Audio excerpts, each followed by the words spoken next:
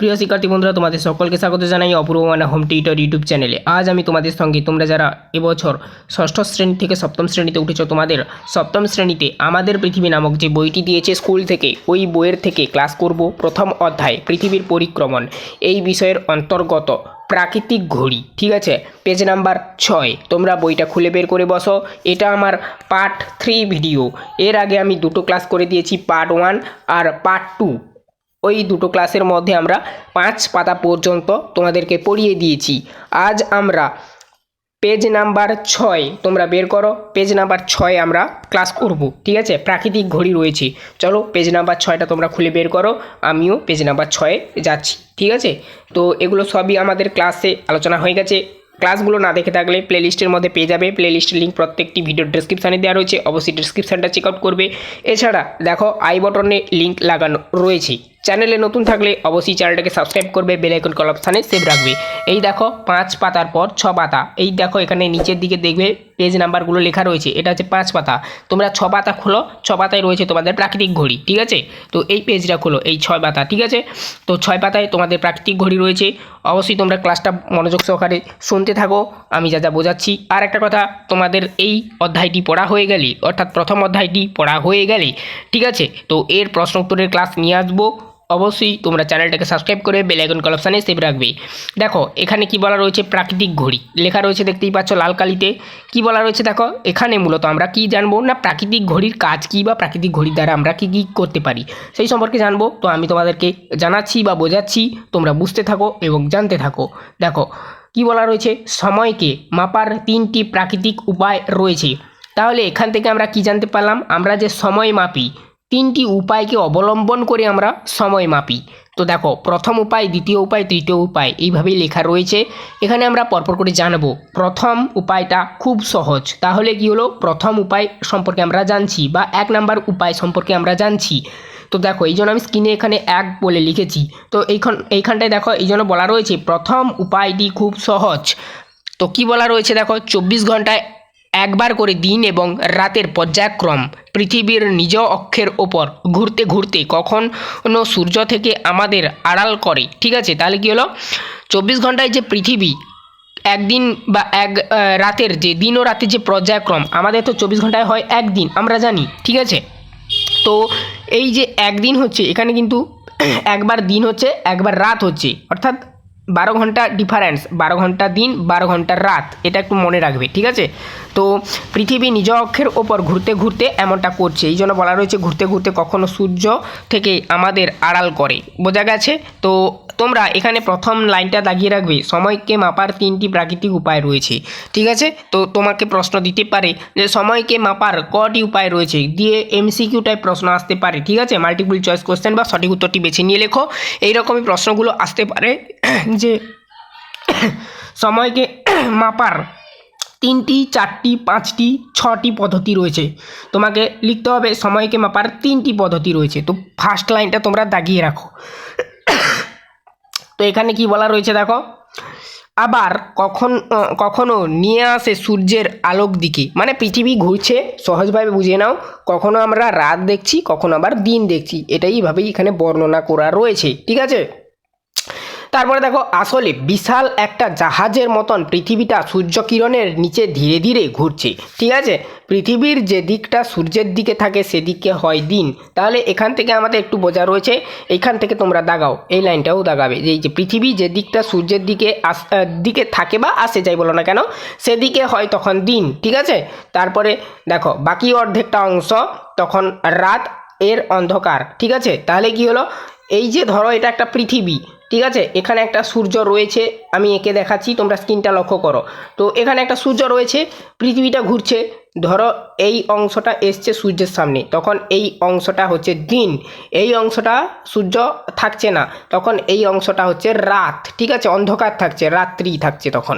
ঠিক আছে, আবার যখন এইটা ঘুরে যখন আবার এই সূর্যের সামনে আসবে, তখন হবে এই, মানে তখন এই দিকটা হবে দিন, আবার এদিকটা যখন এদিকে চলে আসবে তখন হবে রাত্রি। বোঝা গেল? এইভাবেই কিন্তু পৃথিবী ঘুরে চলেছে। ঠিক আছে, তো দেখো এরপর আমরা দ্বিতীয় উপায় সম্পর্কে জানবো। ঠিক আছে, এতক্ষণ আমরা প্রথম উপায় জানলাম। প্রথম উপায় তাহলে কি কি জানলাম? প্রথম উপায় জানলাম যে 24 ঘন্টায় মানে 12 ঘন্টার যে ডিফারেন্স থাকে, 12 ঘন্টা 12 ঘন্টা, 12 ঘন্টা থাকে দিন, 12 ঘন্টা থাকে রাত, আমি যেটা বললাম প্রথমেই। তারপরে আসে কি না, পৃথিবী যে ঘুরছে, কখনো সামনে যখন মানে যে দিকটা পৃথিবীর সূর্যের সামনে আসছে সেদিকটা হচ্ছে দিন, আর তার বাকি অর্ধেকটা থাকছে রাত। আবার ওইটা যখন ঘুরে আসছে সেটা হচ্ছে কি না দিন, আর যেটা সূর্যের সামনে ছিল তখন সেটা আবার বিপরীত দিকে চলে যাচ্ছে, মানে পিছনের দিকে চলে যাচ্ছে, সেটা হচ্ছে তখন মানে রাত্রি। মোট সামনে সূর্যের সামনে যে দিকটা আসছে তখন দিন হচ্ছে, আর তারপর ওটা যখন আবার ঘুরে চলে যাচ্ছে পিছনের দিকে সেটা আছে রাত। ঠিক আছে, মানে সূর্যের সামনে থাকছে না যখন। তো এভাবেই কিন্তু প্রথম উপায়ের দ্বারা আমরা সহজভাবে দিন রাত্রির যে পার্থক্য জানলাম। এটা একটা সময় নির্ণয়ের পদ্ধতি। ঠিক আছে, এভাবেও আমরা সময় নির্ণয় করতে পারি। তারপরে দেখো এবারে দ্বিতীয় উপায় দেখব।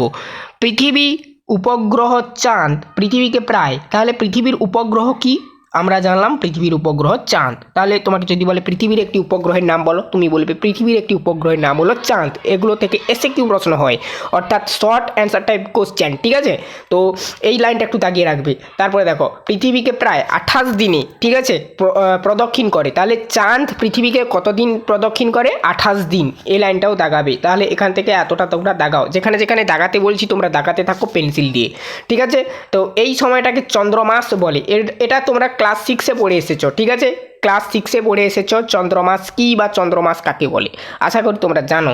তো এখানেও সেই জিনিসটা দিয়েছে, দ্বিতীয় উপায়ের অন্তর্গত এটা। দেখো কী বলা রয়েছে, আরেকবার বলছি। তোমাকে যদি বলে এখান থেকে দুটো প্রশ্ন হয়, 2-3টে প্রশ্ন হয় আর কি, ছোট ছোট প্রশ্ন হয়, কিংবা তোমাদের একটু বড় করে লিখতে দেয় যে চন্দ্রমাস কাকে বলে, তখন তুমি বলবে যে পৃথিবীর উপগ্রহ হলো চাঁদ। চাঁদ যখন পৃথিবীকে 28 দিন প্রদক্ষিণ করে, সেই সময়টা মানে এই যে 28 দিনের যে সময়টা, সেই সময়টাকে বলা হয় চন্দ্রমাস। বোঝা গেল? তারপর দেখো বর্তমানে 30 দিনে 1 মাস ধরা হলেও, তাহলে আমরা সহজভাবে কিন্তু 30 দিনে 1 মাস জানি। এটা কিন্তু বাংলা ক্যালেন্ডার অনুযায়ী, ঠিক আছে, বেঙ্গলি ক্যালেন্ডার অনুযায়ী কিন্তু এই সময়টাকে ধরা হয়, কিন্তু ইংরেজি ক্যালেন্ডার অনুযায়ী 28 দিন ধরা হয়। এটা বলা রয়েছে, আমরা পড়ছি, তোমাদেরকে বলছি, এক্ষুনি জেনে নাও। দেখো বর্তমানে 30 দিনে 1 মাস ধরা হলেও কখনো 31 দিনে, আবার কখনো দিনটা হয় 28 দিনে, মানে কখনো আবার 28 দিনে 1 মাস হয়। তাহলে কি হলো, দিনের বাড়া কমা এর থেকে আমরা বুঝতে পারছি। আচ্ছা দেখো এখান থেকে আমরা কি জানতে পারলাম, কখনো 30 দিনে হয় 1 মাস, আবার কখনো হচ্ছে কি হচ্ছে না 28 দিনে হচ্ছে 1 মাস, আবার কখনো আমাদের কি হচ্ছে না 29 দিনে, ঠিক আছে, 29 দিনে আবার কখনো হয় 1 মাস। তো এইরকমই মাসের বাড়া কমাগুলো থাকে। ঠিক আছে, তো এটাই বলা রয়েছে এখানে। ঠিক আছে, তো এগুলো একটু জেনে রাখো। এটা গেল দ্বিতীয় বিষয়ের অন্তর্গত। এবারে তৃতীয় বিষয়টা জানবো। এবারে দেখো কি বলা রয়েছে, তৃতীয় উপায়, পৃথিবী সূর্য পরিক্রমণে পৃথিবী সূর্যকে প্রায় 365 দিন একবার প্রদক্ষিণ করে। তাহলে তোমাকে যদি বলে পৃথিবীর প্রদক্ষিত দিনের সময় কত, তুমি বলবে 365 দিন। এরকমও প্রশ্ন দেয় আর কি। তো পৃথিবী সূর্য আবার এরকম দেয় যে পৃথিবী সূর্যকে প্রদক্ষিণ করতে কত সময় নেয়, তুমি বলবে 365 দিন। এই 365 দিন ধরেই একবার কিন্তু সূর্যকে পৃথিবী পরিক্রমণ করে, অর্থাৎ ঘুরে চলে। ঠিক আছে, এই সময়টাকে কী বলা হয়, সৌর বৎসর। এখান থেকে একটা প্রশ্ন দেয় আবার, সৌর বৎসর কাকে বলে, তখন তুমি বলবে কি না পৃথিবী সূর্যকে একবার প্রদক্ষিণ করতে 365 দিন সময় নেয়, এই সময়টাকে বলা হয় সৌর বৎসর। ঠিক আছে, তো তোমরা এখান থেকে এই লাইনটা দাগাও, এই 3টি লাইন তোমরা দাগাবে। ঠিক আছে, সৌর বৎসর পর্যন্ত। তো সৌর বৎসর বলা হয়, এই প্রশ্নটা দেয়, ভেরি ভেরি ইম্পর্টেন্ট প্রশ্ন। সৌর বৎসর কাকে বলে বা চন্দ্রমাস কাকে বলে, এই দুটো প্রশ্ন ইম্পর্টেন্ট। ঠিক আছে, আমি প্রশ্ন উত্তরে যখন ক্লাস নিয়ে আসবো তখন তোমরা ওখানে দেখতে পাবে প্রশ্ন এবং তার উত্তরগুলো। ঠিক আছে, খাতায় আমি লিখে নিয়ে আসবো তোমাদের জন্য। তো অবশ্যই চ্যানেলটাকে সাবস্ক্রাইব করে রাখো। সেই জন্য বলছি, তোমরা কলেজ পর্যন্ত সমস্ত বিষয়ের ক্লাস পাবে, তোমাদের ভূগোল এই বিষয়ের উপর ভিত্তি করে। আর তো অবশ্যই তোমরা ক্লাসগুলো প্রতিনিয়ত দেখতে থাকো। তোমরা প্রত্যেকে ক্লাসগুলো দেখো, অনেকেই সাবস্ক্রাইব করো না, তো তোমাদের কাছে ক্লাসগুলো ঠিক করে পৌঁছায় না, তার জন্য বলছি সাবস্ক্রাইব করে রাখো। অনেক কথা হয়ে গেল, এরপর পড়ায় যাচ্ছি। দেখো তৃতীয় উপায়ে আমরা এই জানলাম। এরপর কি বলা রয়েছে, দেখো পৃথিবীর পরিক্রমণ গতির সময়কে ধরে বছর গণনা করা হয় বলেই একে বার্ষিক গতিও বলা হয়। তাহলে বার্ষিক গতি এর থেকে আমরা বুঝতে পারলাম কেন বলা হয়। তোমাকে যদি বলে যে কিসের উপর ভিত্তি করে বছর গণনা করা হয়? তুমি বলবে যে পৃথিবীর পরিক্রমণ গতির উপর ভিত্তি করে বা গণনা করে, ঠিক আছে, বছর গণনা করা হয়, ঠিক আছে, বছর গণনা করা হয়। তো তারপরে দেখো কি বলা রয়েছে, এরপরে আমরা এদিকে ছকটা পড়ব। জানো কি এই প্রসঙ্গে দেওয়া রয়েছে, দেখো, সভ্যতার শুরু থেকে হাজার হাজার বছর ধরে মানুষ এভাবেই দিন ও রাতে আসা যাওয়া, চাঁদের বাড়া কমা, অর্থাৎ যে দিনের বাড়া কমাটা আর কি, তো চাঁদের বাড়া কমা প্রভৃতি দেখে সময়ের হিসাব রাখার চেষ্টা করছে। কিন্তু সভ্যতার উন্নতির সাথে সাথে আরও বেশি নিখুঁতভাবে সময় মাপার প্রয়োজন হলো। 24 ঘন্টায় দিনকে ঘন্টা মিনিট সেকেন্ড এইভাবেই ভাগ করা হলো। তাহলে এগুলো সহজ ব্যাপার, এগুলোর থেকে তেমন কিছু জানা নেই, দেখতে থাকো। তারপর দেখো, এখন ঘড়ি দেখে অনায়াসে বলে দিতে পারো এই সময় কটা বাজে। তো তোমার বাড়িতে ঘড়ি রয়েছে, প্রত্যেকের বাড়িতেই ঘড়ি রয়েছে, তোমরা এখন ঘড়িটা দেখে নিতে পারো যে কটা বাজে, ঠিক আছে, এটাই বলা রয়েছে। তো বা এখন সময় কত, এটাই তোমরা বুঝতে পারো, এটাই বলা রয়েছে এখানে। তারপরে দেখো এই সময় কটা বাজে তা মিনিট সেকেন্ড এই হিসাবে তোমরা বিচার বিবেচনা করতে পারো, এটাই বলা রয়েছে। এরপর দেখো সূর্য ঘড়ি বানিয়ে ফেলো বলে একটি টপিক রয়েছে তোমাদের, এই প্রসঙ্গে তোমাদেরকে আমি বোঝাচ্ছি, বুঝতে থাকো। এই সূর্য ঘড়ি কীভাবে বানাতে হয় এখানে তার বিস্তারিত ডিটেলস দেওয়া রয়েছে বা বর্ণনা দেওয়া রয়েছে। দেখো কি বলা রয়েছে, সমতল জায়গায় একটা সাদা কাগজ মাটিতে বিছিয়ে রাখো। তো এখানে দেখো তোমাদেরকে করতে হবে, তোমরা করতে পারো চাইলে বাড়িতে কেউ, একটা লম্বা লাঠি কাগজের মাঝখানে খাড়াভাবে পুঁতে দাও, ঠিক আছে। এবার একটা রোদের দিনে, অর্থাৎ যেদিন রোদ উঠেছে, ঠিক আছে, এটাই বলা রয়েছে, সূর্য ওঠার ঠিক পরে লাঠির ছায়াটাকে দেখো, পেন্সিল দিয়ে ছায়া বরাবর দাগ টেনে ফেলো। এবারে দেখো সূর্যাস্ত পর্যন্ত 1 ঘন্টা পর পর ছায়া বরাবর দাগ টেনে যাও। তো দাগগুলোর পাশে পাশে ঘড়ি দেখে সময়টা লিখে রাখো, মানে তোমাকে ঘড়িও সঙ্গে নিতে হবে কিন্তু। এবার দেখো দিনের যে কোনো সময় ওই সূর্য ঘড়িটা দেখেই তুমি সময় বলে দিতে পারবে, ঠিক আছে। এটা তুমি করতে পারো বড়দের সাহায্য নিয়ে, তোমার বাড়ির ছাদ যদি থাকে বা বাইরে উঠোনে এগুলো করতে পারো। তো জাস্ট এগুলো তোমাদের করতে বলেছি শেখার জন্য। তারপরে দেখো লক্ষ্য করে দেখো কখন লাঠির ছায়াটা সব থেকে ছোট হয়, সকালে দুপুরে বিকেলে, সেটা তোমাকে দেখতে হবে। ওই বিচার বিবেচনা করে তোমাকে কাগজের ওপর দাগ কাটতে হবে, টাইম লিখতে হবে ঘড়ি দেখে, দাগগুলোর ওপরে, যেমনটা এখানে ছবিতে তোমরা দেখতে পাচ্ছ, ঠিক আছে। তারপরে দেখো এবারে তোমরা বলবে, এর থেকেই বুঝতে পারবে যে কখন সময়টা ছোট হচ্ছে, ঠিক আছে, আর কখন সব থেকে লম্বা হয়, মানে কখন সময়টা সব থেকে বড় হয়, ঠিক আছে, সকালে না দুপুরে না বিকেলে, সেটা তোমরা বুঝতে পারবে। তবে তোমাদের বোঝার সুবিধার্থে বলে দিই, দুপুর 12টায় কিন্তু এখানে সময়টা বড় হবে, সব থেকে ওই সময়টাই দীর্ঘ হয়, ঠিক আছে। তো লক্ষ্য করো, দেখবে কখন লাঠির ছায়াটা সব থেকে ছোট হয়, এটা কিন্তু বিকেল হবে উত্তর, আর কখন সব থেকে লম্বা হয় দুপুরে হয়। তার কারণটা আমি বললাম এক্ষুনি। এরপর দেখো পরের পাতায় চলে আসছি, এখানে কি বলা রয়েছে দেখো, বলো দেখি। এবার কি বলছে দেখো, সূর্যকে একবার প্রদক্ষিণ করতে পৃথিবী কতবার নিজ অক্ষের ওপর আবর্তন করে, ঠিক আছে। তাহলে সূর্যকে একবার প্রদক্ষিণ করতে 365 দিন, আমরা একটু আগেই পড়লাম। তো এই প্রশ্নটার উত্তর কি হবে, 365 দিন। আচ্ছা 365 দিন হবে সঠিক উত্তর, ঠিক আছে। তো এই প্রশ্নটার উত্তর হবে। তারপর দেখো একদিন বা 24 ঘন্টায় কতগুলো মিনিট আছে, সূত্র 1 ঘন্টা 60 মিনিট আর 1 মিনিট 60 সেকেন্ড, এই হিসাবে তোমাদেরকে বের করতে হবে, ঠিক আছে। তোমরা এটা বের করবে আর কমেন্টে জানাবে কত বেরোচ্ছে তোমাদের উত্তর, ঠিক আছে। আমি রিপ্লাই দেব, আমি দেখতে চাই তোমরা কিভাবে বের করেছো, ঠিক আছে। তো তারপরে দেখো খেয়াল করেছো 29 ফেব্রুয়ারি তারিখটা কি প্রতি বছর ক্যালেন্ডারে পাও, দেখো 29 ফেব্রুয়ারি। আচ্ছা তোমরা এখানে এবারে দেখো ক্যালেন্ডার প্রসঙ্গে দিয়েছে, এই যে ক্যালেন্ডার প্রসঙ্গে দিয়েছে, আমরা জানি কি 28 দিনেই হয় ফেব্রুয়ারি মাসটা সর্বদা, কিন্তু তোমাদের মাথায় রাখতে হবে যে বছরটা লিপিয়ার হয়, লিপিয়ার কখন কখন হয়, প্রতি 4 বছর অন্তর লিপিয়ার হয়, ঠিক আছে। তো সেটাই এখানে বলা রয়েছে। দেখো প্রতি 4 বছর অন্তর কিন্তু 29 তারিখ আসে ফেব্রুয়ারি মাসে। তো এখানে সব সময় তো আর দেখা যায় না, এই জন্য বলেছে দেখো 29 ফেব্রুয়ারি এই যে তারিখটা কি প্রতি বছর ক্যালেন্ডারে পাও, কিন্তু কোনো কোনো বছর ফেব্রুয়ারি মাসটা 28 দিনের বদলে 29 দিন হয়। তাহলে 29 ফেব্রুয়ারি কারোর কি জন্মদিন, তাহলে কি হবে, এখানে উত্তরটা হবে না, কারোর জন্মদিন নয়, ওটা হবে লিপ ইয়ার, বোঝা গেল। তো তার প্রসঙ্গে এখানেও বলা রয়েছে দেখো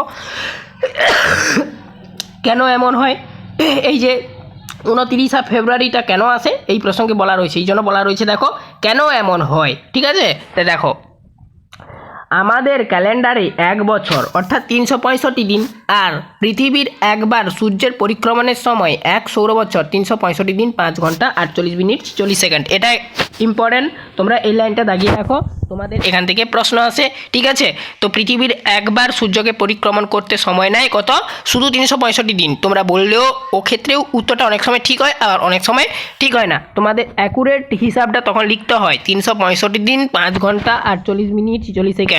আমি এর আগে বলেছিলাম 365 দিন, সেক্ষেত্রে আমি এর উপর ভিত্তি করে বলেছিলাম। কখনো কখনো তোমাদের মাস্টারমশাইরা ঠিক দেয়, আবার কখনো কখনো ভুল দেয়, কেননা অ্যাকুরেট হিসাবটা এটাই 365 দিন 5 ঘন্টা 48 মিনিট 40 সেকেন্ড, এটাই তোমাকে লিখতে হবে। শুধু 365 দিন লিখলে কখনো কখনো ভুল হয়ে যায়, আবার কখনো কখনো ঠিক হয়। ঠিক আছে, কিন্তু তোমরা যখন পরপর উঁচু ক্লাসে উঠবে তোমাকে তখন অ্যাকুরেট হিসাবটা লিখতে হবে।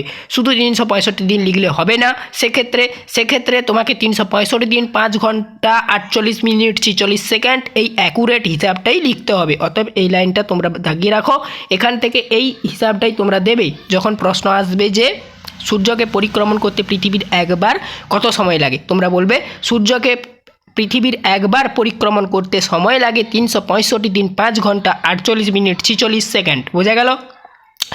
এরপর দেখো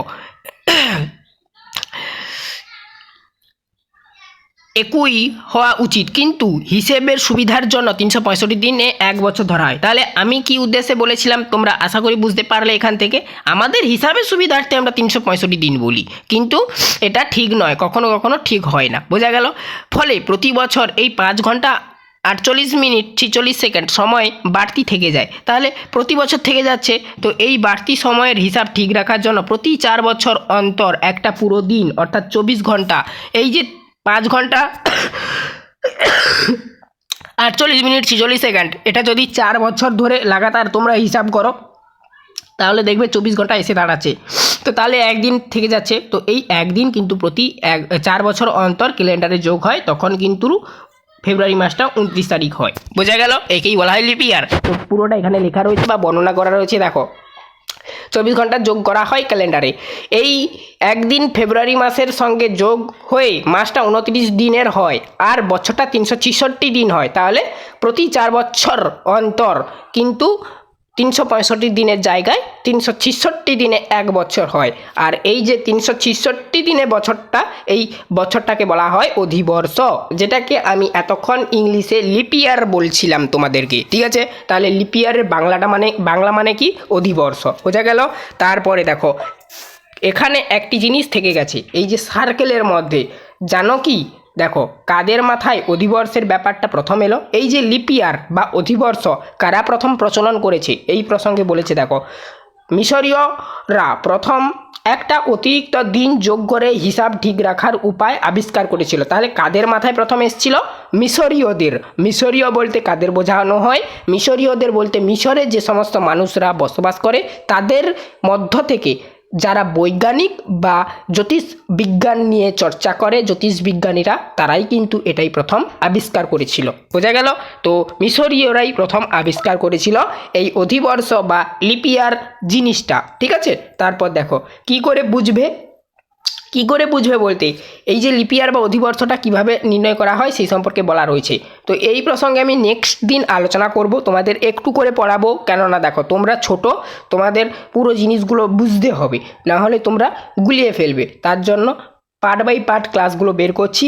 পার্ট 4-এ আমরা কি করে বুঝবো লিপ ইয়ার হয় বা লিপ ইয়ারের হিসাবটা কিভাবে করা হয় সেই সম্পর্কে আমি তোমাদেরকে বোঝাবো। ঠিক আছে, তো চ্যানেলে নতুন থাকলে অবশ্যই চ্যানেলটাকে সাবস্ক্রাইব করবে, বেল আইকন কল অপশানে সেভ রাখবে।